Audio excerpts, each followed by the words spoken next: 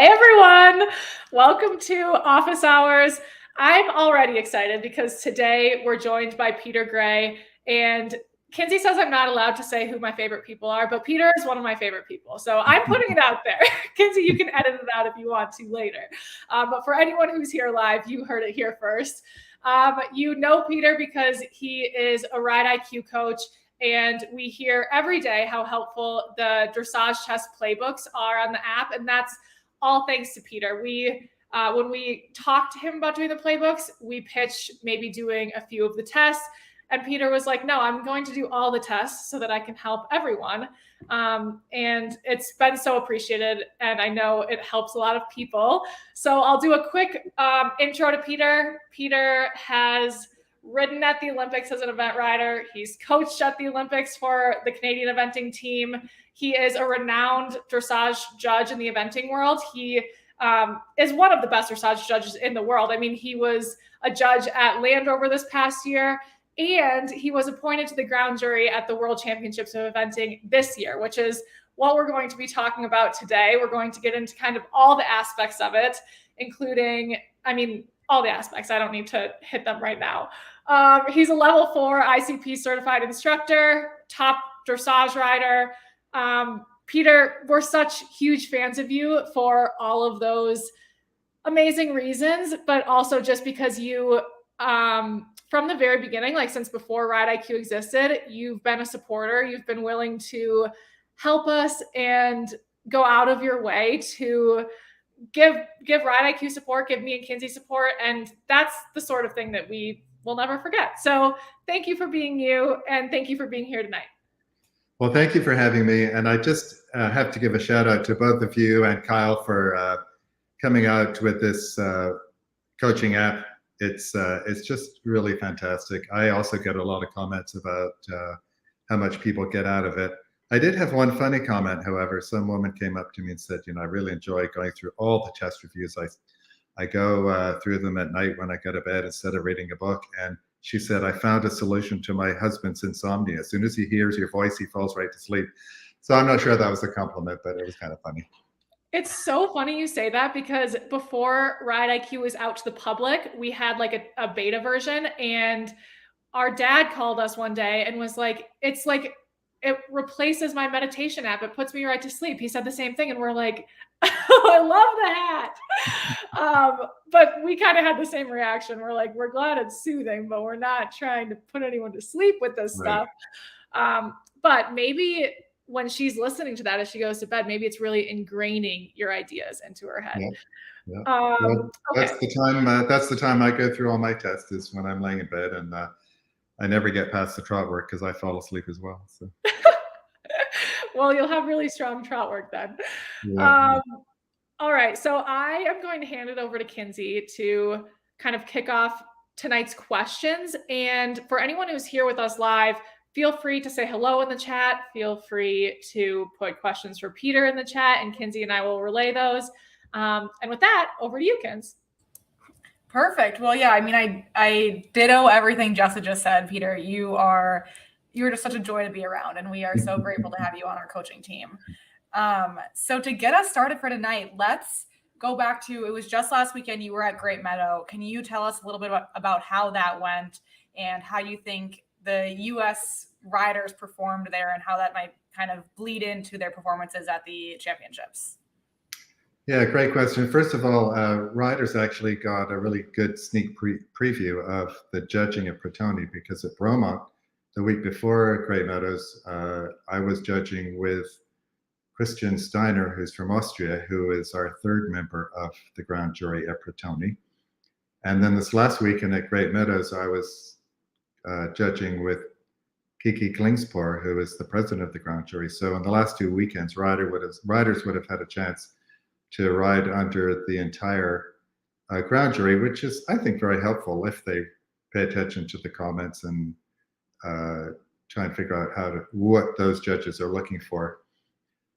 There is a new rule out this year that all 3 judges cannot appear together, because they thought that was influencing some competitions to get more entries if they offered the entire World Championship panel. So we're only allowed to up here, two of the three of us, but in the last 2 weekends, I worked with both. And from a personal point of view, it was really great to get to know those co-judges. I've worked with Kiki before, but to know how people react in competitions, because we're under pressure as well. And it just means that when we go to Pratoni, we're not getting acquainted. We already know each other well, and we've worked together as a team.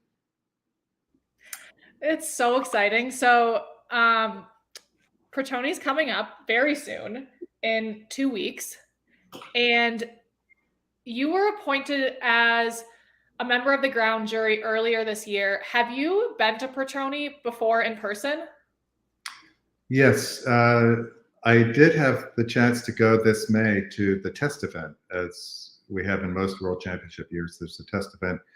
I was the only one of the ground jury who attended there. I was the president of the ground jury. So it was really nice for me to judge a lot of the European riders, which we don't get a chance to do over here, and to see the site and to get a little insight as to what's going to come in September.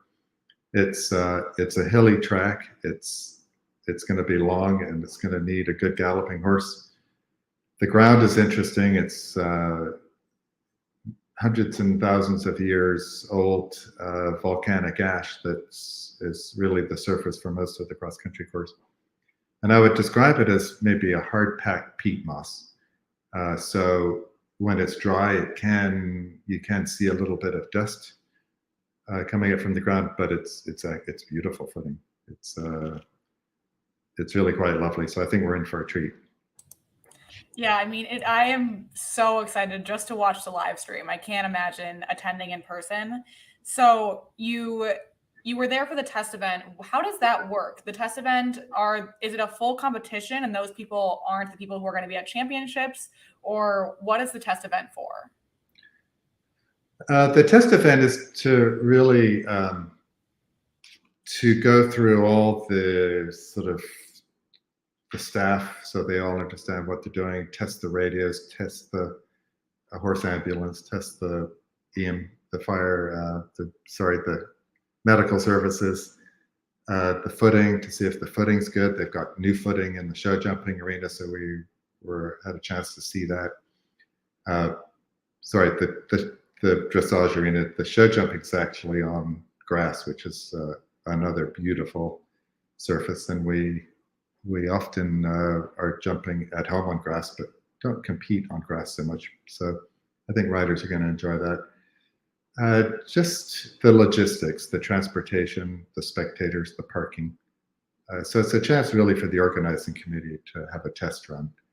But in addition, as far as the competition went, it was a Nations Cup. So it was a team competition, which is exciting for me. I've got a lot of support behind any organizers that run team competitions in North America, because we don't get a chance to ride on teams very often, which is why I think sometimes we have struggled in the past, our riders not really coming together as a cohesive team. It's very difficult to do because all year they're competing against each other. But in Europe, they have junior teams, young rider teams, regional teams, European teams, senior teams. Everything has been geared around team competition from the time there were kids' pony teams. But we don't get a chance to do that. And I think Roma 2 weeks ago was really a great opportunity. It was a young team that the US sent, Australia and Canada. Canada has had a green team as well, but it's the next generation that I saw there, and what a great chance for them to start understanding team camaraderie and how important it is to go into a major competition with some mental preparation and being cohesive team members. Just going back to Great Meadows, I have had a criticism because I've worn many hats over the years and observed how other countries behave, and they behave like high performance athletes of any other sport. And I'm not so sure that we are on the same tangent in North America. It's a little more geared around a business model and not a team performance. But I did notice at Great Meadows. Unfortunately, we didn't see many Canadians. 3 of our 5 riders are based in Europe, which is fantastic for them to get that experience. But the members of the US squad that I saw there were really very, very professional. I was super impressed with not only their performances, which seemed to me like personal bests, all of them. So if they could just repeat those performances, I think the US team's going to be looking very, very good at Pratoni. But I've often felt that the US Team USA has had a chance to really be high up in the standings, but hasn't quite achieved that. And I'm not so sure that the mental preparation of the team hasn't been the problem for that deficiency. So I did see a strong group, a friendly group working together, great performances. I would say all the riders look better than I have ever seen them in the last few years. So I think that it bodes well for Team USA. Oh, that's great to hear. I'm so excited. No pressure to the team members. Just repeat your personal best performances. Before I get to my next question, somebody who's watching, Krista, said Peter was POTGJ, president of the ground jury in May. Very similar to POTUS, only 2 letters difference. I'm so happy to have another Ocala eventer superstar on the international stage. Woohoo. That's from Thank you, Krista. Awesome. And I'm going to re-ask you a question that I asked you before we went live here, which is when it comes to like prestigious 3-day events throughout the world and over the years, I'm guessing the Olympics are the most prestigious. Are the World Championships the second most prestigious then, or is it kind of muddy after the Olympics? No, I think it would be the Olympics and then the Worlds and then the European would be the most prestigious, but the most challenging, the most difficult, the absolute top of the sport would be badminton and Burley would be on superseding the standard that we see at the Olympics. So we have a difference between the most prestigious and the most challenging. And I would say badminton in itself is the top of the sport. It's very, very difficult. But the Olympics is all about more flags, getting more competitors from around the world to compete. So it wouldn't be quite as challenging as those 2 5-stars that I mentioned. Yeah, that makes sense.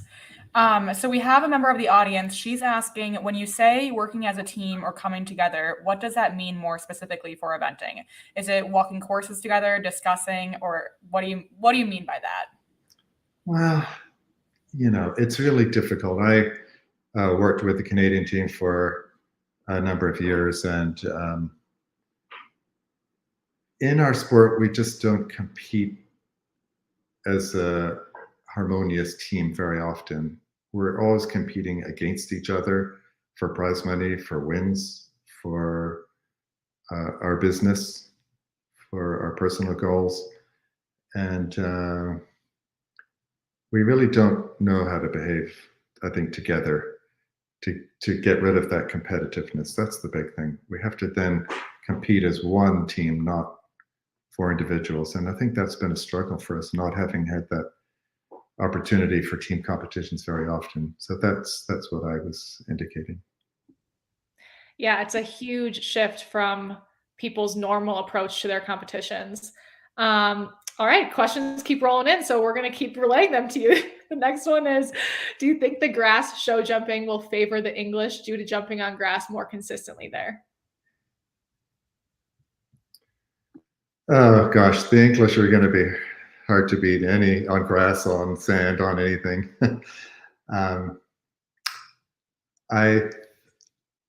That's actually a really good question. I think horses jump off really great quality surfaces, whether it's grass or European footing. So having seen the horses jump there in the spring, they just pinged off this ground like they would in some of the top sand footings that we see. So I don't think it's going to favor any one of the countries, but I do think it's going to favor the horses. I think they're going to enjoy it. Yeah, I'm certainly excited to watch it. I always think watching show jumping on grass is just, it feels like a different sport. It's so beautiful. Um, well, there are a lot of questions coming in. So we'll answer this one and then we'll move over to the dressage test and kind of reviewing that. So this next one is, can you provide any insights into team selections? I'm sure it's a mix of rider consistency, but must also acknowledge horse strengths and weaknesses, etc. That's such a touchy subject. I think, first of all, riders have to be qualifying the year before the standard that is expected of them at the World Championships. So I'm not in favor of people qualifying or upgrading to the 5-star level the year of the championships. I think it's all about having a really good, confident partnership with your horse that's a year or 2 years old, not 6 months. So that might be my first thing. The second thing would be they have to be showing form. They have to be showing form right up to the competition, right up until they get on the plane. So we can't have horses that have had a great competition record the year before, but they're not in top form in the months leading up to selection. But the only thing that I would add to that conversation is I did see a difference in the horses at the test event. They looked different from our North American horses. They were fresh. Their ears were forward. They couldn't wait to get out in the cross country. And at the finish, they still looked the same. I think ours don't necessarily go to the competition as fresh as they could be mentally. And I think this is an important part of selection of the high performance committees to really look at those final 8 weeks of preparation before putting the horses on the plane. That makes a ton of sense. And you really want your horse to be peaking on the day and like feeling its absolute best. I think that's a huge component. So this might be a dumb question, so bear with me. Is the scoring at championships going to be the same as it was at the Olympics with the way that they're going to handle the team score, or how is that going to work? Because isn't it actually 5 people on each team this time? Yes, it is different from the Olympics. At the Olympics, 3 scores counted. At the World Championships, we're back to the old format where 5 riders can compete at the competition, 4 on the team and 1 in the individual. So it is quite a bit different from the Olympics, and it's a format that I think people prefer. It doesn't put quite so much pressure when you've got 4 members and 3 scores to count. 3 scores to count, and you've only got 3. Just put a little extra pressure on how you're going to create your team strategy, especially on the cross country.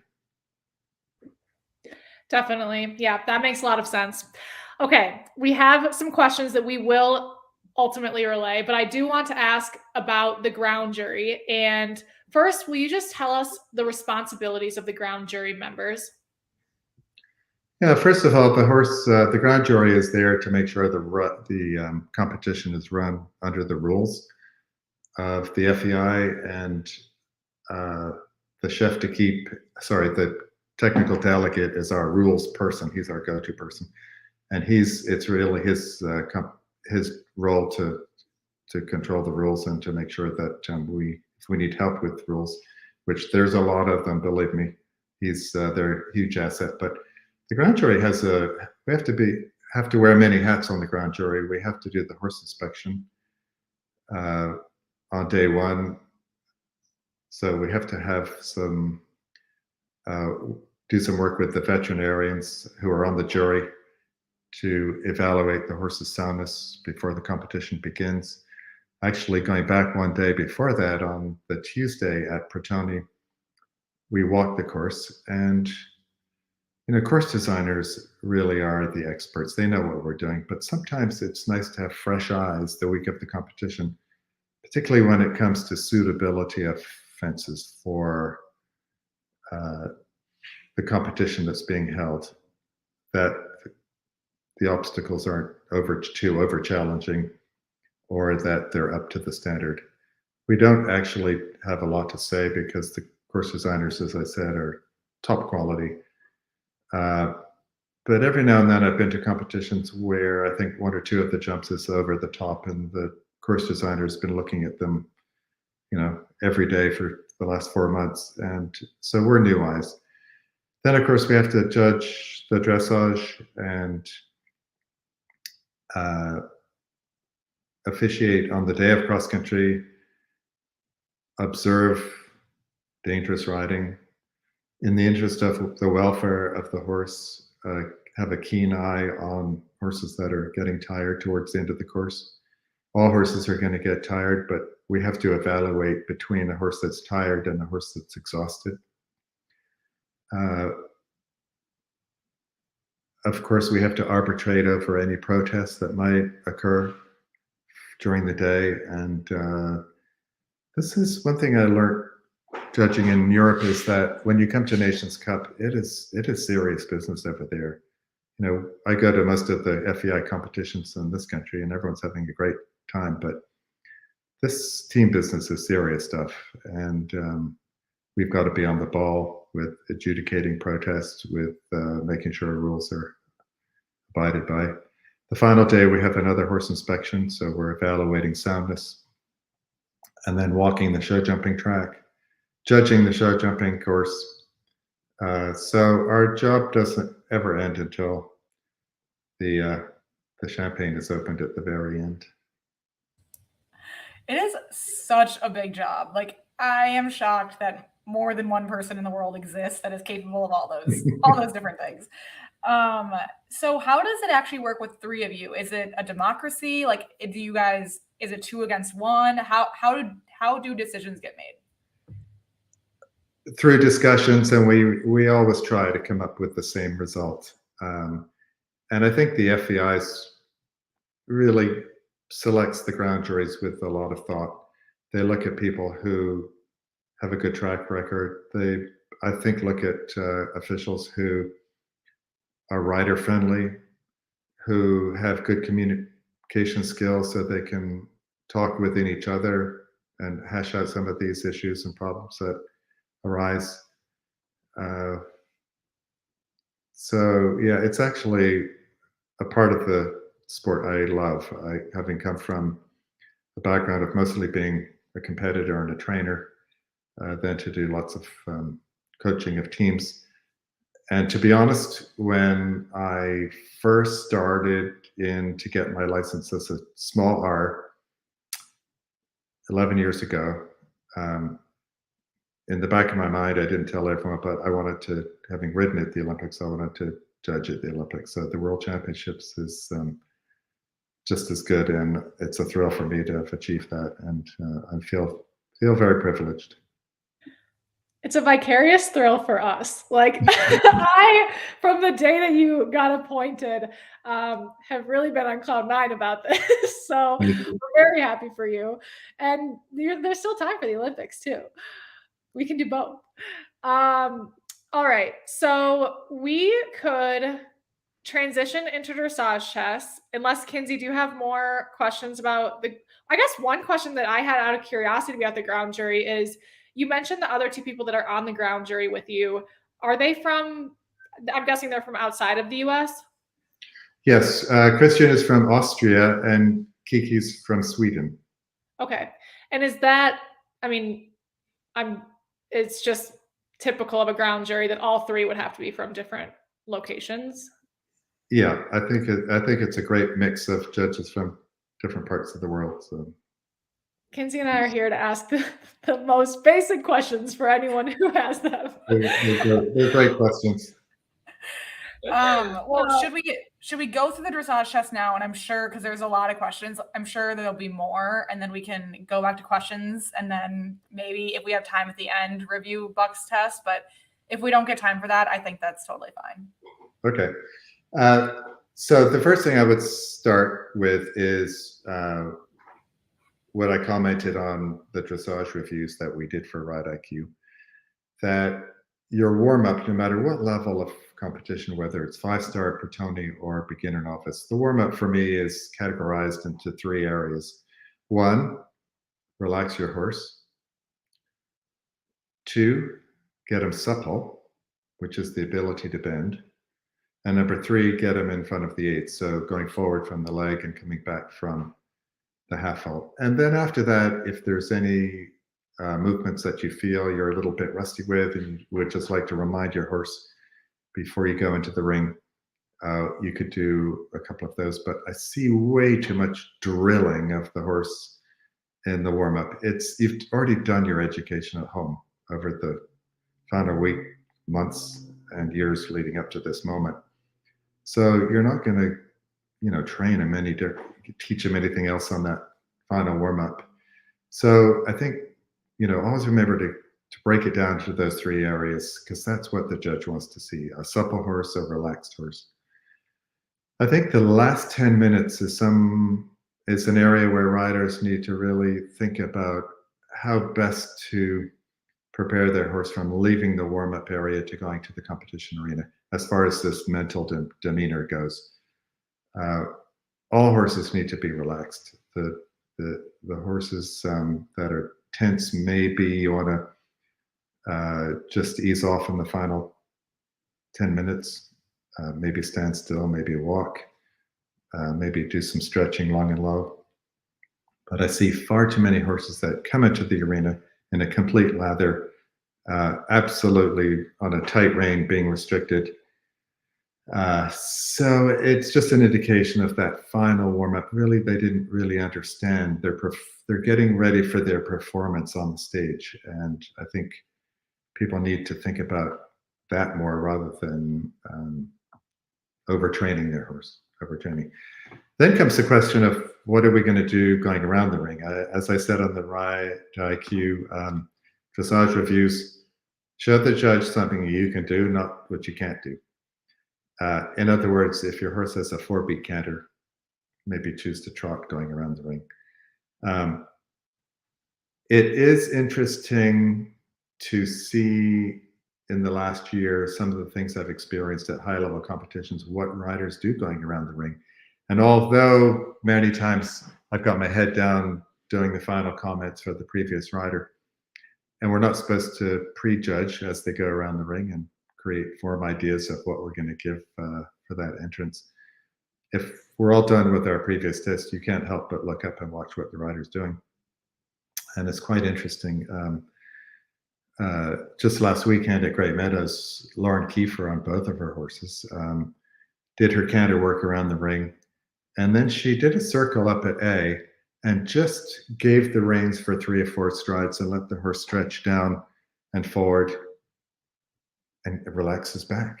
I thought, wow, I've never seen that. What a great thing to do. I'm always looking for riders that really understand horsemanship and what it is they're trying to achieve when they canter down the center line. In the last couple of years, Boyd Martin has improved the quality of Tetzer Lake's canter. Amazing. But it was a little bit 4-beat before, and he would trot around the ring, because that's a very attractive gait on Thomas. And then he would pick up the canter at the end of the arena when the whistle had gone. And he would do a 12-meter training pirouette in canter, because in the training pirouette, Thomas has a very good 3-beat canter. That 4-beat canter didn't come through. It got him a little bit more uphill. So the judge is looking at that canter as he's preparing to come down the center line and already getting an idea of the quality of that canter. So again, a very clever, I think, exercise to do. Ingrid Klimke at the test event in May on a fabulous mare called Sienna has such an extravagant extended trot. So guess what she did going around the ring? She did her extended trot. So it's sort of a bit of a breathtaking sight before she's even gone in the ring. So you're just ready to hit that 10 when the extended trot movement comes up. I've worked with Caroline Martin a bit with Captain Jack. He's an older gray horse and gets very, very ongoing and strong in the canter work.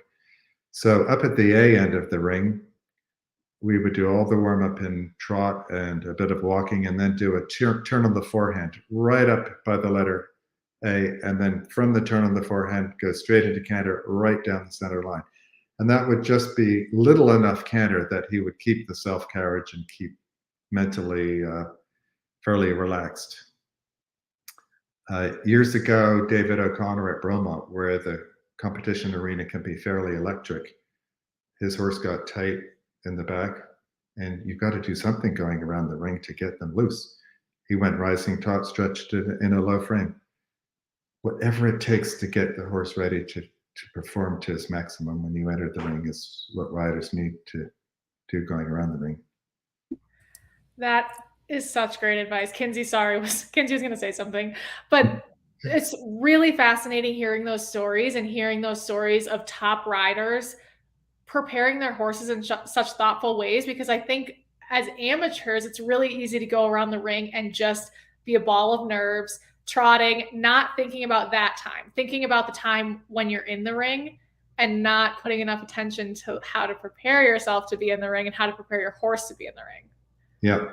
The other thing I would say is for our amateur riders, it's really unnerving for a person that's already feeling rather anxious to enter the ring, and they go by my judge's box and I tell them that they're late. My whistle has already been blown. And then, you know, a person that was already feeling a little bit nervous is now in a complete set of catastrophes just hit. So give yourself lots of time to get around the arena. Get in there early. Judges don't mind you getting in there early, so don't be late. It puts extra pressure on you and your horse can feel that. Yeah, that sounds like the worst feeling. You're already just like so stressed, and it's like, well, now I'm late. So how do you as a coach, as a judge, feel when you see a horse and rider coming around the arena and the horse is just like blowing up because they're not comfortable with the surroundings? Like some of these events, I mean, and my only one in my head is like Land Rover, when you go down that tunnel and you get into that arena, it's a lot for these horses to experience. As a judge, what are your, like, how do you think about that? Like, are you just like, okay, well, we'll see how this goes? Or is there any, like, I'm sure you can't have like empathy that comes through the marks. I don't know. How do you think about that? Well, the only thing I would say is if I'm sitting at sea, and I'm not at sea, Kiki's the president of the Grand Jury at sea, but if I'm at sea, without giving the person an unfair advantage, I would give that person the maximum time. Sometimes when we're running a little bit ahead and the person's going around the ring 1.5 times, you know, they need to get in. But that person that's struggling and having difficulty, I may try to give them a little extra time. I certainly will be gentle with, if I have a whistle or a bell, I'll make sure that I make that tone when they're at the far end, and I won't do it super loud. You know, just try to help out a little way if I can, but there's not much I can do. It's so hard to see that happen. There's a horse at Land Rover this year that we love that is scared of the Jumbotron, and she's such a special horse, and then you see her get in there and just be terrified, and you hate to see it, but she's also young enough that she'll get used to the Jumbotron and have her day where she does her best in that scenario. That Jumbotron reminds me of something I think is important. Ring familiarization. The point of ring familiarization for me is to get the horse comfortable and relaxed with the surroundings of the competition environment. And I see people going in there and practicing all the things that are difficult. So the horse, as he leaves that competition arena, is feeling a little bit anxious. For me, a person that does a really good ring familiarization will just walk and trot long and low on a loose rein, go in and out of the ring if you're allowed to go into the ring. Don't put pressure on them in front of that Jumbotron. Stand there, give them sugar, instead of working in front of the Jumbotron and doing difficult things like flying changes or rein back if the rein back is difficult. So I think riders need to be smart about what they're trying to achieve with ring familiarization. It's not a chance for you to overtrain your horse. It's a chance for your horse to get him mentally prepared to be relaxed the next day that you compete. I feel like Peter is the person that our horses sent to us to be like, please listen to this person. Horses definitely wish that more people had your advice. Kinsey, shall we jump into the dressage test itself? I really hope we get to the buck video because I want to hear Peter's comments on it.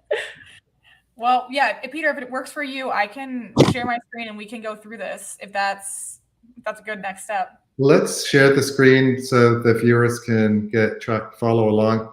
Basically, what I'm going to do is I'll run through this fairly quickly. I'm just going to tell the riders, and hopefully we've got some riders that are competing in Pratoni listening in tonight. If they were smart, they'd be here. I'm just going to tell you a little bit about what I'd be looking for. Okay, so enter a collected canter. You've got 45 seconds after the tone goes. Ingrid Klimke was in the pure dressage at Aachen, as well as the eventing dressage, and she was late entering, so she got a -2, and then she tracked left instead of right, so she got a -4.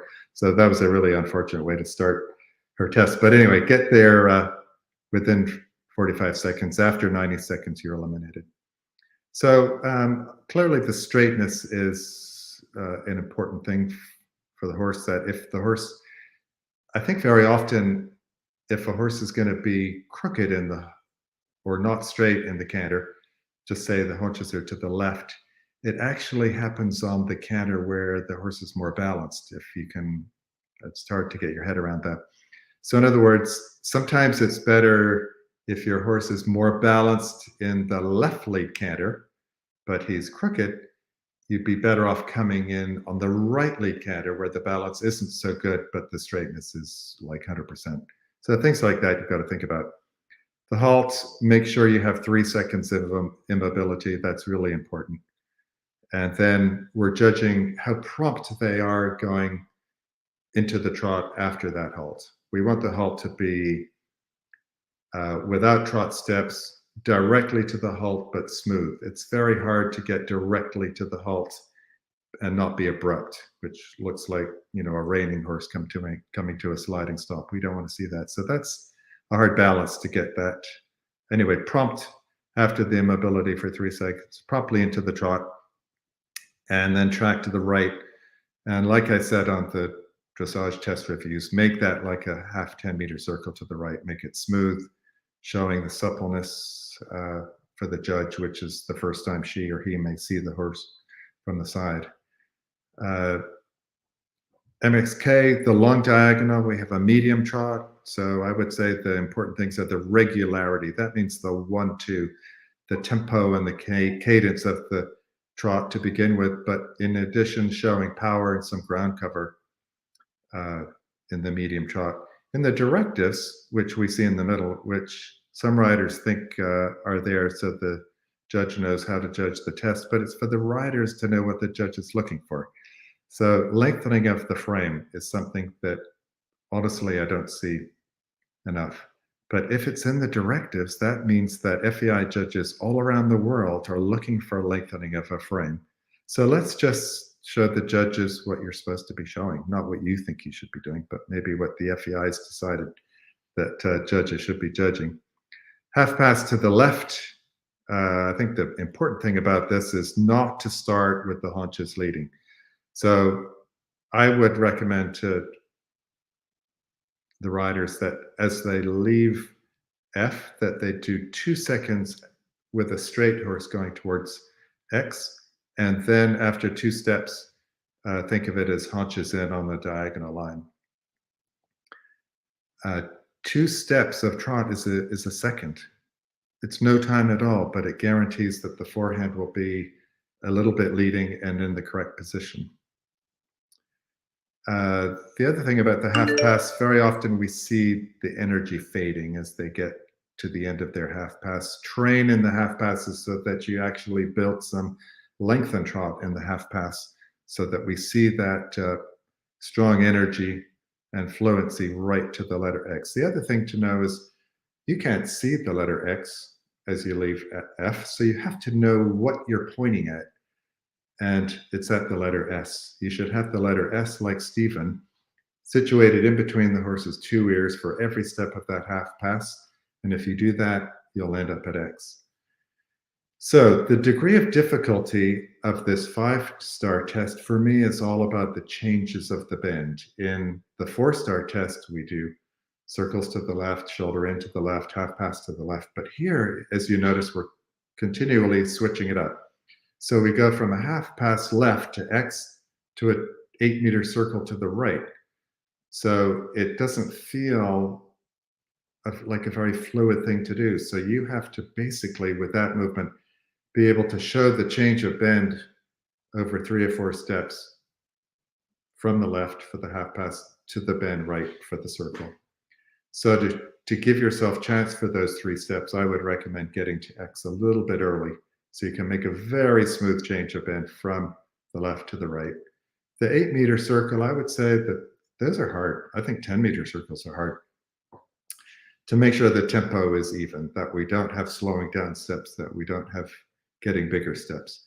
And just try to get the trot as energized as you can, and that depends on your horse's strength because 8 meters are fairly advanced.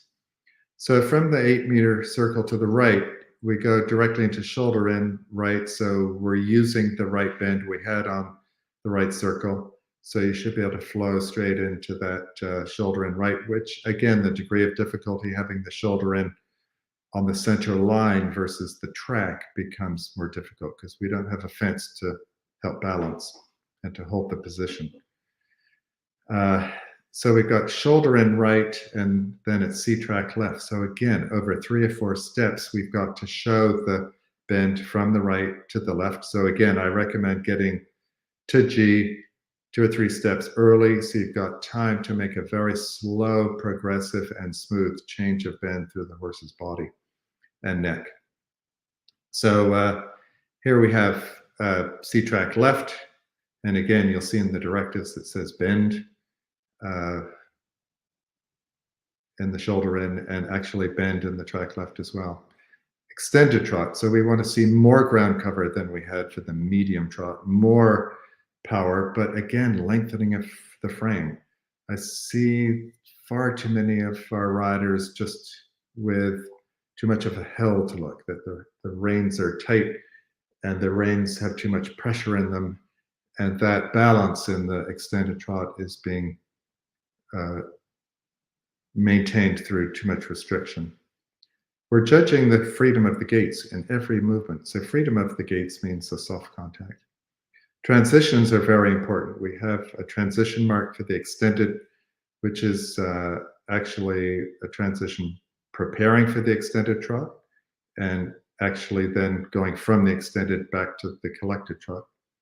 I would have to say collected trot is enhanced engagement and uphill balance and lightness of the forehand. So again, if I see a horse in that collected transition at the end of the extended, those steps being micromanaged and too strong, that's not lightness of the forehand. We want to see a light contact. Okay, so then we half pass to the right. Again, prepare with the suppleness in the corner of the arena.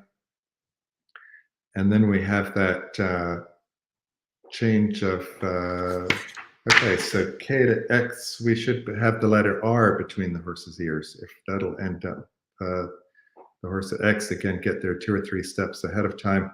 So we have enough time for those very fluid and patient looking changes of bend. So judges want to see suppleness on each rein, the ability to bend and to be flexible with their body, but also the change of bend from one to the other has got to be done in a very soft and kind of fluid way.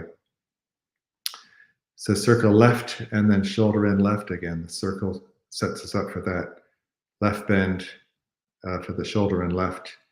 And then we have a walk at C and track right.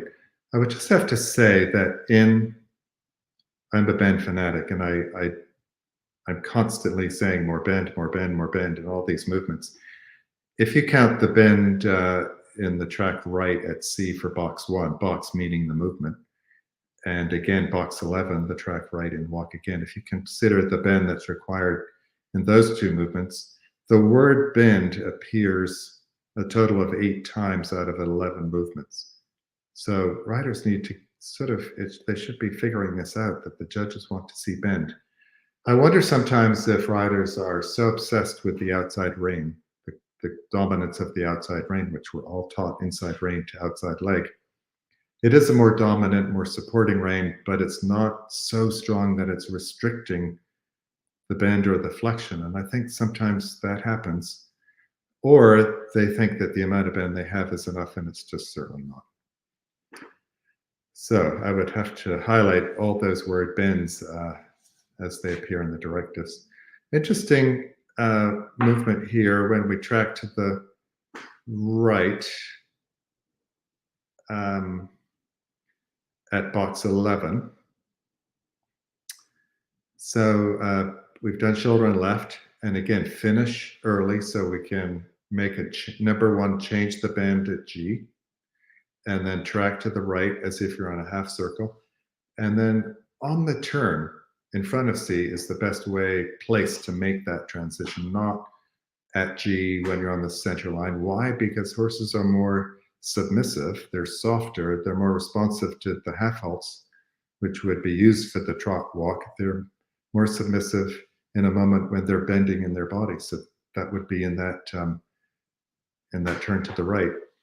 But notice that that is a movement out of 10 for the medium walk. Medium walk is an uphill balance. It's an uphill frame in the pole. And there is a tendency with the German riders to immediately go in the extended walk frame.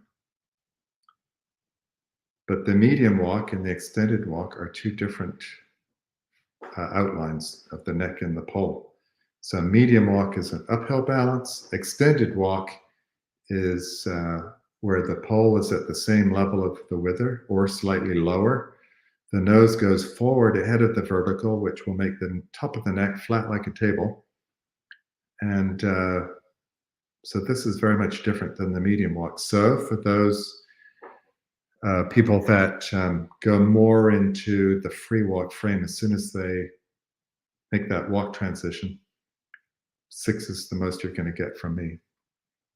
I think there is a strategy there with some horses that tend to get tense in the extended walk. They find it's better to get a low mark for the medium walk in that turn, because when you lower the pole, you relax their back. So maybe they think that that might be leading to agree to a lower mark for the medium, but they might save them from jigging and jogging in the extended walk, which would go down to a 4 or a 3. Okay, so the extended walk, I discussed the frame, but what we're really looking is for the horse that's marching. It's going with mission, but without being quick. And most important is that word that we see in the directives, overtrack. The horse has to have at least one hoof print overtrack to get a 7, 2, or 3 for an 8 or 9, providing that they're seeking the contact going forward with the frame in front of the vertical. Riders need to keep a light feel of the contact and not a loose rein. And if you can get all those things, then you're going to get a really good walk mark. It's unfortunately very rare that we see event horses with a really good overtrack. So if you have one that has a good overtrack, really work on bringing the best out in that extended walk and medium walk transition. One comment about the extended walk. Do you know when we see the very best extended walks, Jessa? Do you know where we see those? When the horse after the test, I bet. After the test is over. You're exactly right. Halt, salute, the horses turn around, leave the ring, and they are marching, they are overtracking, the head is forward, the neck is down, the ears are forward, they're relaxed. So sometimes when I'm teaching, I'll say, okay, when you get to that extended walk, give your horse a little tiny pat and say, the test is over, well done. And just see if you can make him, feel that the test is over, because those extended walks when they leave the ring every time are just wonderful. Okay, so medium walk, what I'm really not wanting to see at the end of the extended walk is this micromanaging of the walk, the shortening of the neck, the taking pressure on the horse's mouth, and the rider wonders why the rhythm starts to change. and the horse gets tight in his body. We don't have tracking up, which we need to see in medium walk. And sometimes we can actually see a change in the rhythm and maybe a jog step. So what I tell people to do is keep the same extended walk, keep the same march. Don't change the balance at all, just change the pole and the frame and bring them more uphill in a very light way that they hardly realize that you're making a transition. And yeah, don't overbalance.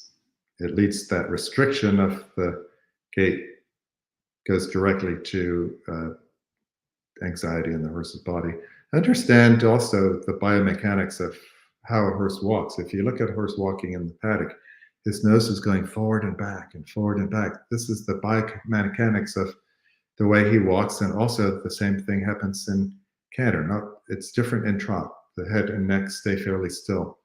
So we have to have a rider with a soft following hand, loosen the elbows, that is going to encourage the horse to accept the contact in a confident way, not that it's feeling that restriction. Okay, so now for the fun stuff. The halt, try and get the shoulders of the horse right at the letter A. Make the transition so that we have him square and uphill and not curling, but uphill and standing like a statue with a nice open throat latch angle, the nose being a little bit ahead of the vertical. And to riders, take your time to get the immobility, at least 3 seconds. In the warm-up and at home, always practice 6. So the 3 is something that we're not used to, because that's a great way to lose marks for a very simple movement, the halt, but you lose marks if you don't halt for long enough. The rein back to the canter is 1 mark. So we kind of give, I kind of do an average of the 2 scores. The rein back 5 steps, what we're looking for is, again, it's an uphill movement, not to allow the pole low like the extended walk, which we see very often. It's an uphill movement. The horses need to go back on a light contact. They need to be willing and soft in their mouth. And to get bonus points above a 7, they have to come back in diagonal pairs, where the right front moves backwards with the left hind, and vice versa, the left front and the right hind. So diagonal pairs enables you to get an 8 or a 9. If you don't have those diagonal pairs, it's impossible to get more than a 7. The canter, honestly, for me personally, if they make a step of walk or 2 and it's a very fluid transition from rein back to canter, I don't mind that. I don't expect them to go from a rein back step to a canter stride and expect the back not to get a little bit tight. So I'm okay with one or 2 walk steps, and then directly and promptly and crisply into the right lead canter, not with a hesitation, and right away into an uphill balance. So quite a hard movement to get a good score. Medium canter, be ready to be showing medium at the very first canter. To S, again, the length of the frame and the stride, exactly the conversation we had in the trot. And then collected canter, which is a more uphill frame than the medium. Riders tend to do everything rather restricted and everything at the same uphill balance. But for me, if you show a little bit of a difference, the collected canter is slightly more uphill, where we can enhance the engagement and try to create some sort of self-carriage and light contact. That change in the pole helps to show the difference in the 2 different types of canter. So S to R, a half circle to the right. We have a flying change coming up, and I think riders need to ride this SR half circle not in neutral, thinking, oh my gosh, I've got to get my horses relaxed, that flying change is coming up, but to prepare for the balance of that flying change coming up. In other words, use that half circle as an opportunity to really work on the jump of the canter, the impulsion of the canter, the extra balance of that canter. And then, if anything, you ease off going into the flying change across the center line R to V diagonal, as opposed to being in neutral and trying to get the horse relaxed, and very often they become unfocused. And then you start micromanaging as you're approaching the center line to do that flying change, and horses get tight in their body and start to speed up the canter. So do it in reverse. Really work on a higher quality collected canter in the half circle and not riding that diagonal line quite as hard. So the 4-star test, we had an opportunity to show the flying change one horse's length before or after X, but here the degree of difficulty is higher, and the expectation is that they do it right as they're crossing the center line. Flying changes can be different scores for the late behind 5 or 5-5 if they're together, which means that both legs don't have a separation. The coordination of the legs isn't what it should do. 5-5 for a horse that isn't engaged or through, or sometimes we say slow behind. 6 for the flying change, that is correct, which means the coordination of the legs was clean, but perhaps it's flat and a little bit low in the pole. Or a canter, a flying change that's quite correct, but the canter is 4 beat. So those flying changes would get 7, 6. 7 and up, we're really seeing an expressive flying change and judging the quality of the canter before and after the change as well. The more we can show that moment of suspension in the collected canter before and after the change and during the flying change, then the higher the mark. So half pass left to the quarter line. I think the bend in the corner between A and F is important to get that forehand leading. So in trot half passes, we let the horse come out of the turn absolutely straight and then develop haunches in on the center line. And half pass and canter, if you went straight into 2 canter strides, you'd be already at the quarter line. So it's way too late to develop the position. So I find the bending in the corner is very helpful between A and F. So we set up this half pass to the 3/4 line, which they call the quarter line. We have to then go straight ahead on the flying change and show a flying change. So if you are going between, what do we have between L and V? So if you can get to the quarter line a little bit sooner rather than later, do your flying change on the quarter line a little sooner rather than later, they won't, that short wall won't have the effect of running them into a brick wall and encouraging them maybe to be late behind. So don't do your flying change too close to the end, because the horses might get unfocused, might feel that restriction of that short side when they get to the end of the arena, and it might just make them be late behind. Again, same conversation about the quality of the canter, the different scores that we're going to give for the flying change. Extended canter now from F to M. Okay, this is an important movement to execute in a way that you can maximize the marks for both box 22 and box 23. So let's look at what do we have to do at 23.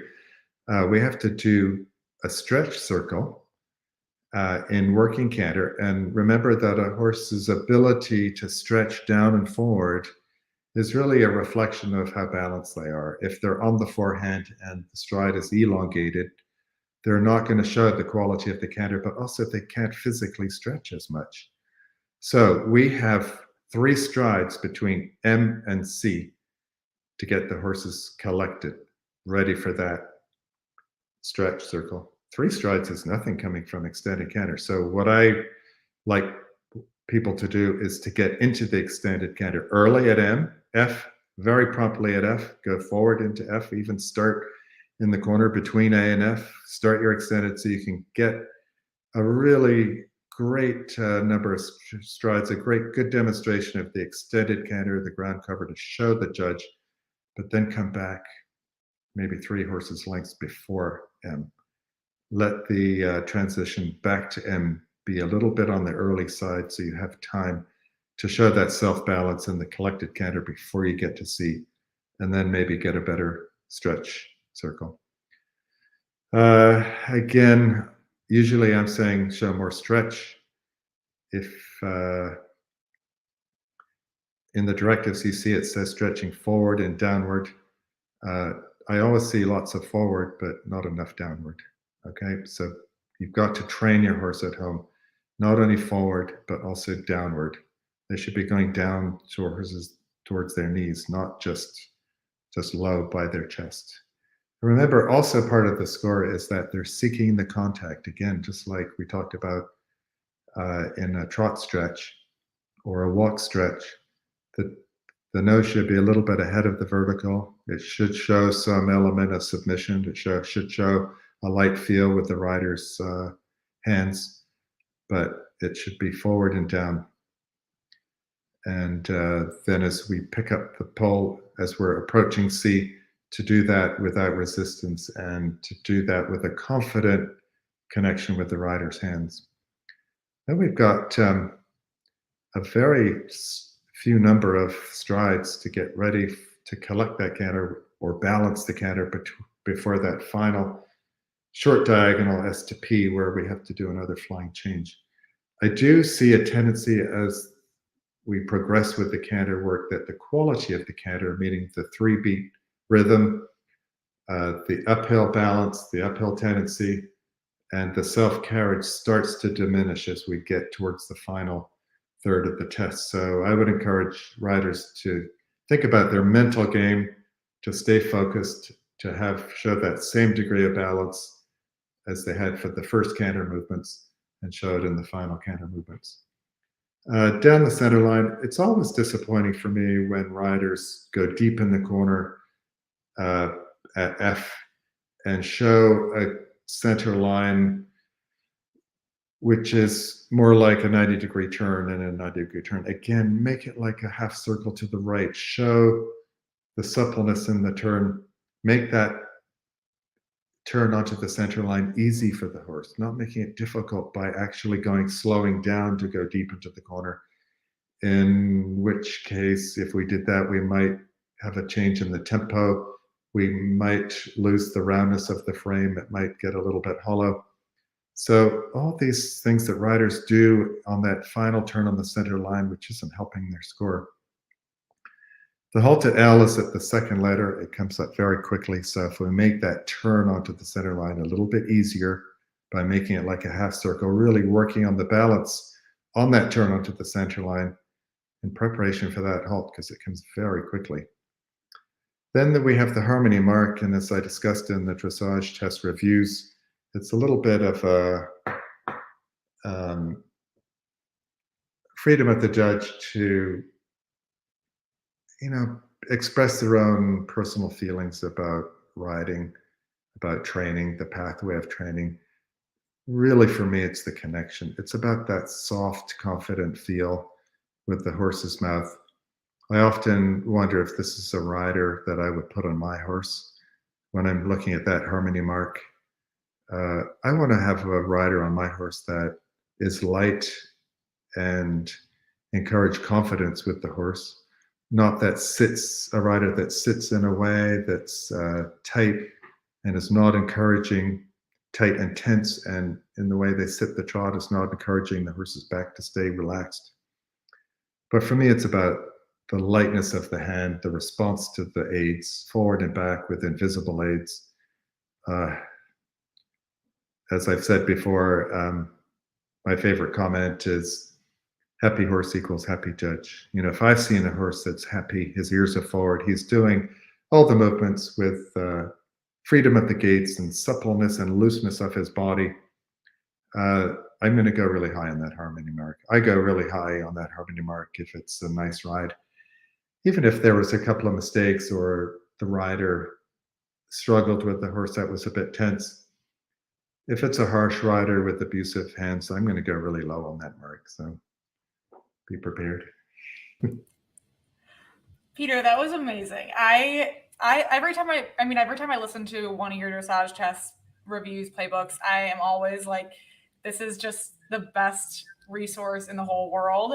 And I know, at least for me, I am so excited to have all that color in my head when I watch the live stream. I'm gonna be like, okay, this is what Peter is thinking about. And we can't thank you enough for like giving us your time and going through that. And we are so honored that you're sharing your knowledge with us. Thank you, Kenzie. It's a pleasure. It sparks joy. Like, I feel like I just watched the most beautiful dressage test ever, like that feeling, but we didn't even watch a test. I just got, like, I am so fascinated, and I love dressage so much more after we learn from you. I guess because you're kind of pulling back the curtain on a lot of it. So yeah, I'm also fascinated and grateful. Thank you. Thank you. So we are way over our hour. Oh, no, I'm sorry. No, I'm saying for your sake. Like, we hate to keep people longer than we intended to. Trust me, I could stay with you forever and learn about this stuff and just chat with you, because my heart always feels very full when we get to interact with you. So That's a good say. Thank you. So I guess, I mean, Peter, this is kind of our send-off with you. Good luck out there. We, like Krista said, are so proud to know you and to have you over there, have you such a big part of this massive event. And thank you for preparing us to be educated and inspired viewers, because really what you just did is going to make, I mean, the whole event, but especially the dressage day, so much more fulfilling as a viewer. I'm going to be a real armchair expert over here enjoying the dressage day. Well, it is a privilege that I was invited. I'm forever grateful that I got this chance.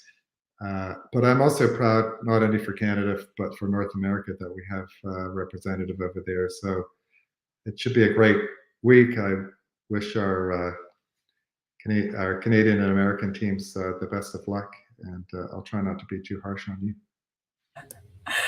Wonderful. Thank you so much, Peter. We hope you have the best travel to get over there and the best time while you're there. And we can't wait to hear all about it once you get back. Thank you very much.